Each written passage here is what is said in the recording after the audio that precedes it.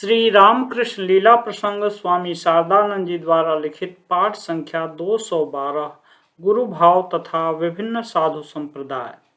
दक्षिणेश्वर में समागत सभी संप्रदाय के साधुओं को श्री रामकृष्ण देव से धर्म विषयक सहायता प्राप्ति। रासमणि के काली मंदिर में जितने भी साधु साधक आते, उनकी बातें श्री रामकृष्ण देव बहुधा अनेक व्यक्तियों से कहा करते थे। केवल हम लोगों से ही उन्होंने उन विषयों का उल्लेख किया हो सो बात नहीं। उन विषयों के साक्षी स्वरूप अब तक अनेक व्यक्ति जीवित हैं।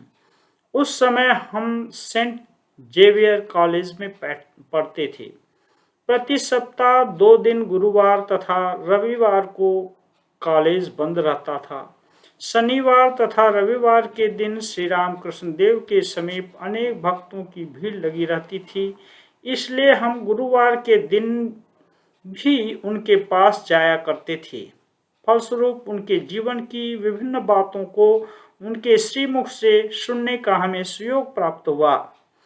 उन्हें सुनकर हम इस निष्कर्ष पर पहुंचे हैं कि भैरवी ब्राह्मणी, स्वामी तोतापुरी जी, मुसलमान गोविंद, जिनका जन्म कैवर्त जाति में हुआ था, पूर्ण निर्विकल्प भूमि में 6 महीने तक अवस्थान करते समय बलपूर्वक भोजन कराकर श्री रामकृष्ण देव के शरीर की रक्षा के निमित्त दैव प्रेरित हो जो साधु काली मंदिर में उपस्थित हुए थे, उनको तथा उसी प्रकार और भी 2-1 को छोड़कर श्री रामकृष्ण देव के समीप हमारे उपस्थित होने से पूर्व विभिन्न संप्रदायों के जितने भी साधु साधक दक्षिणेश्वर में आए थे, श्री रामकृष्ण देव के अद्भुत जीवनालोक के सहारे अपने अपने धर्म जीवन में नवीन प्राण संचार के निमित्त ही उनमें से प्रत्येक का वहां आगमन हुआ था तथा उनको प्राप्त कर स्वयं कृतार्थ हो उक्त संप्रदायों के अनुयायी यथार्थ धर्म पिपासु साधक वर्ग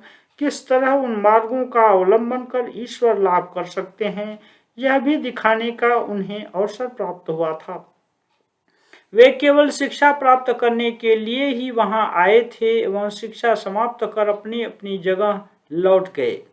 सौभाग्यवश यद्यपि श्री रामकृष्ण देव के जीवन के सहायक के रूप में भैरवी ब्राह्मणी, श्री तोतापुरी जी आदि का वहां आगमन हुआ था, फिर भी दीर्घ काल तक साधना करने के पश्चात भी अपने अपने धर्म जीवन में जिन निगूढ़ आध्यात्मिक सत्यों की वे उपलब्धि नहीं कर पा रहे थे, उन विषयों को श्री रामकृष्ण देव के अलौकिक जीवन तथा सामर्थ्य के बल पर प्रत्यक्ष कर वे धन्य हो चुके थे। श्री रामकृष्ण देव को जब जिस धर्म मत में सिद्धि प्राप्ति होती थी, उस समय उसी संप्रदाय के साधु लोग उनके समीप उपस्थित हुआ करते थे।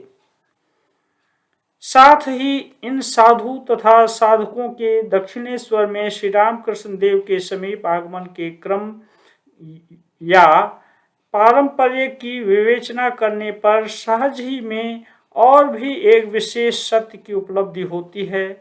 उन लोगों के आगमन क्रम के बारे में जो बातें हमने जिस प्रकार श्री रामकृष्ण देव के श्रीमुख से सुनी थी, अपनी भाषा में उन्होंने जिस तरह उन बातों को हमसे कहा था, विवेचन की सुविधा के लिए प्रस्तुत ग्रंथ में जहाँ तक संभव है हमने उसी प्रकार उन विषयों को पाठकों से कहने का प्रयास किया है। श्री रामकृष्ण देव के श्रीमुख से हमने जो कुछ सुना है, उससे यह विदित होता है कि एक एक भाव की उपासना तथा साधना में संलग्न रहकर ईश्वर के उन भावों की जैसे जैसे वे साक्षात उपलब्धि किया करते थे, उस समय उन संप्रदायों के यथार्थ साधक क्रमशः दलबद्ध हो कुछ दिन तक उनके समीप आते जाते रहते थे तथा उन लोगों के साथ उन भावों की विवेचना में उनका समय व्यतीत होता था। राम मंत्र की उपासना में ज्यों ही उनको सिद्धि प्राप्त हुई, तत्काल ही दल के दल रामायण पंथी साधु उनके समीप आने लगे। गौड़ी वैष्णव तंत्र शांत दास्यादि एक एक भाव में ज्यों ज्यों वे सिद्ध हुए, उसी समय उन भावों के साधक वर्ग का आगमन होने लगा। भैरवी ब्राह्मणी की सहायता से जब उन्होंने 64 तंत्रों की सभी साधनाओं को समाप्त कर डाला या शक्ति साधना में जब सिद्धि प्राप्त की, तभी बंगदेश के तत्कालीन विशिष्ट तांत्रिक साधक उनके समीप उपस्थित होने लगे। तोतापुरी जी की सहायता से अद्वैत मतानुसार ब्रह्मोपासना तथा उसकी उपलब्धि में ज्यों ही वे सिद्ध हुए, उसी समय परमहंस संप्रदाय के विशिष्ट साधक गण दलबद्ध हो उनके समीप आने लगे। सभी अवतार पुरुषों में समान शक्ति का प्रकाश देखने में नहीं आता है, क्योंकि उनमें से कोई किसी जाति विशेष को और कोई समग्र मानव जाति को धर्म प्रदान करने के लिए अवतीर्ण होते हैं।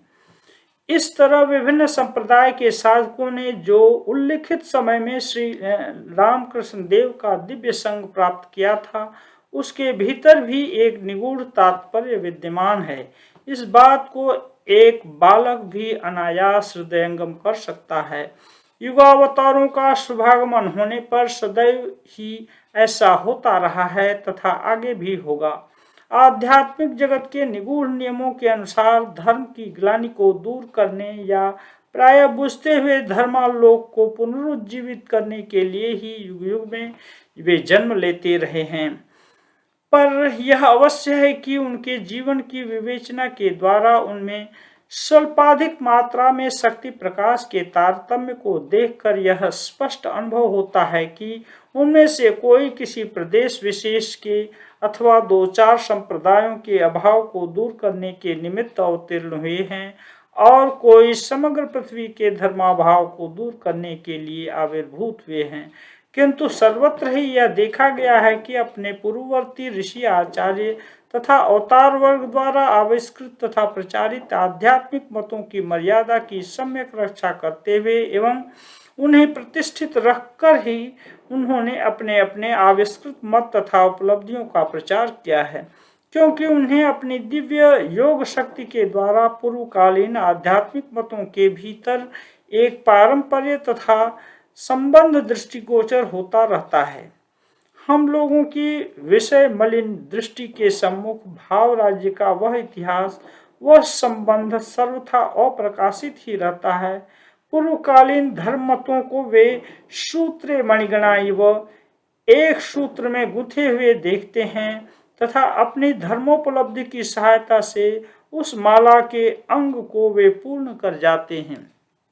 हिंदू, यहूदी, ईसाई, मुसलमान धर्म के प्रवर्तक अवतार पुरुषों के आध्यात्मिक शक्ति के प्रकाश के साथ श्री रामकृष्ण देव के उस विषय की तुलना वैदेशिक धर्म मतों की विवेचना करने पर हम इस विषय को भली भांति अनुभव कर सकेंगे। जैसे यहूदी आचार्यों ने जिन धर्म विषयक सत्यों का प्रचार किया था, ईसा ने आकर उनकी प्रतिष्ठा करते हुए निज उपलब्ध सत्यों का प्रचार किया। तदुपरांत कुछ शताब्दियों के बाद मोहम्मद का आगमन हुआ।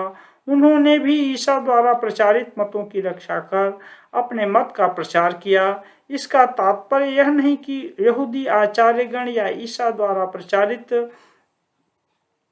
मत अधूरा है या उन मतों के अनुसार चलकर उनमें से प्रत्येक ने ईश्वर के जिस भाव की उपलब्धि की थी वह नहीं की जा सकती।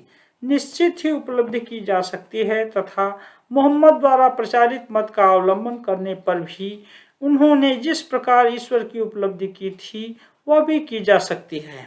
आध्यात्मिक जगत में सर्वत्र यही नियम है। भारतीय धर्म मतों के संबंध में भी यही समझना चाहिए। भारत के वैदिक ऋषि, पुराणकार तथा तंत्रकार आचार्य महापुरुष वर्ग जिन मतों का प्रचार कर गए हैं, उनमें से ठीक ठीक जिनका अवलंबन कर तुम अग्रसर होगे, उन मार्गों के द्वारा ही ईश्वर के सतत भावों की तुम्हें उपलब्धि होगी। आनुपूर्विक रूप से सभी संप्रदायों के मतानुसार साधना में संलग्न होकर श्री रामकृष्ण देव ने इनकी उपलब्धि की एवं इस बात की ही वे हमेशा शिक्षा प्रदान कर गए हैं।